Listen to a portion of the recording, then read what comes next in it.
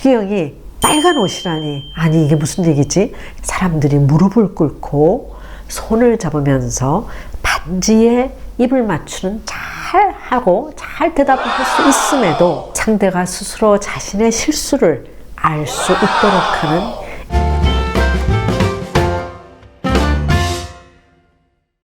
Bonjour, 최정화의 랑데부입니다. 오늘은요, 아직도 그 따뜻한 말씀이 생각이 나는 고 김수환 추기경님의 이야기를 하고자 합니다. 교황 요한 바오르 2세가 1969년 세계 최연소이자 한국 최초의 추기경으로 김수환 대주교를 뽑은 것은 우리 모두가 정말 다 잘 알고 있고 자랑스러워하고 있는 사실입니다. 종교의 벽을 넘어서 사랑을 실천했던 김수환 추기경은 우리 국민 모두가 존경하는 세계의 초 리더 중에 한 분이십니다.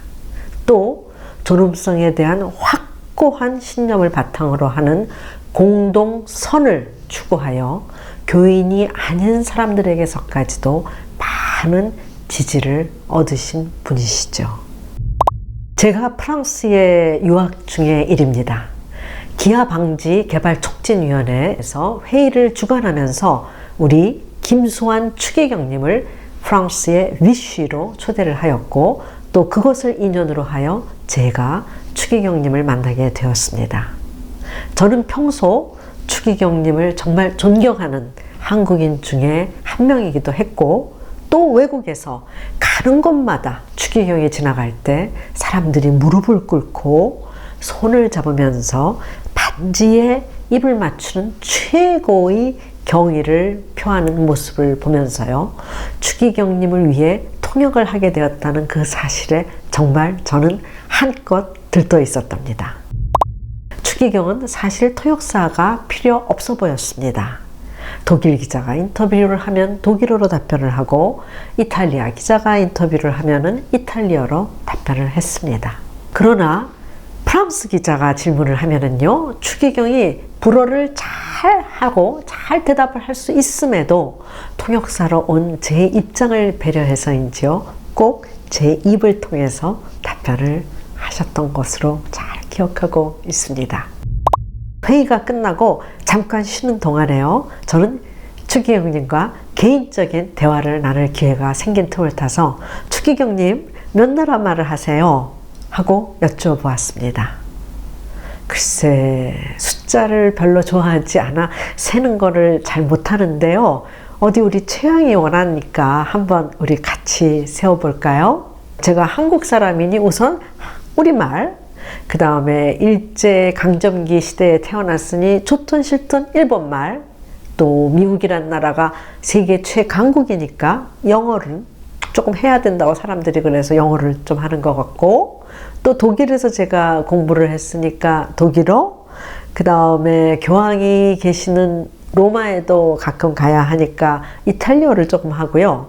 그 다음에 독일에서 이태리로 왔다 갔다 하다 보니까 그 사이에 있는 프랑스어도 조금 하게 된 것 같아요. 아, 그리고 또 성서를 보려니까 라틴어도 좀 해야 하겠죠? 네. 우리말까지 모두 7개 언어를 하시네요, 추기경님. 저는 정말 아이처럼 놀라서 숫자로 말씀을 드렸습니다. 그런데 제가 말에 이어진 추기경님의 말씀은 정말 놀라웠습니다. 잠깐, 최양, 몇 가지 더 있네요. 믿음 속에서 우러나오는 참말과 때에 따라서는 어쩔 수 없이 해야 되는 거짓말, 또 마음속에만 놓아둔 속갯말이 있는 것 같아요. 그쵸?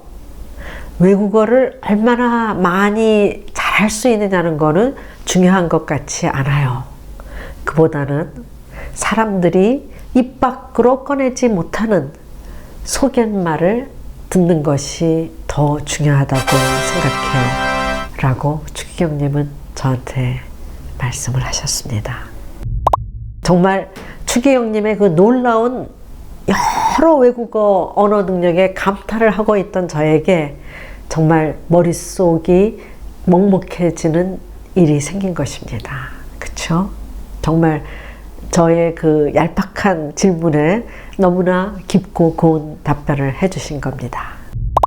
또 하나의 제 마음이 먹먹한 일이 또 하나 생겼는데요. 무슨 일인지 아세요? 제가 얼마나 또 우문을 드렸는지 한번 여러분들 제 얘기 좀 들어보세요.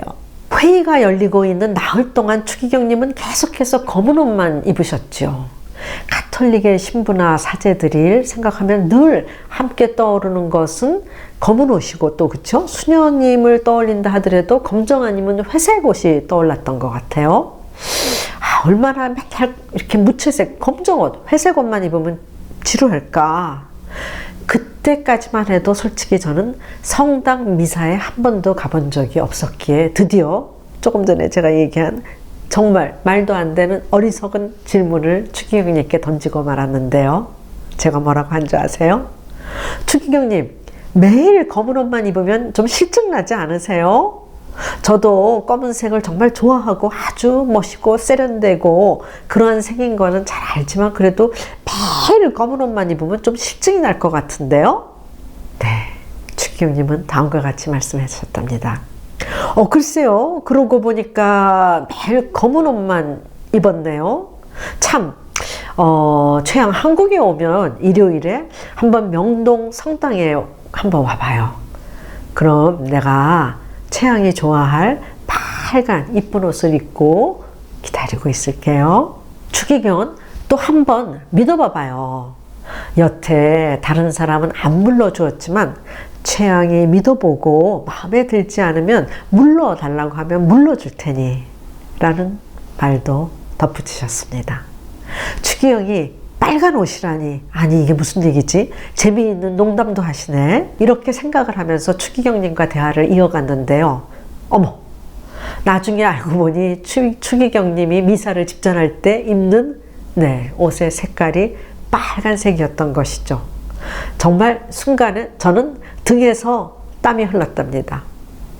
그저 1년 365일 검정 옷만 입고 계실 거라는 단순한 생각을 한 탓에 너무너무 저는 창피했습니다.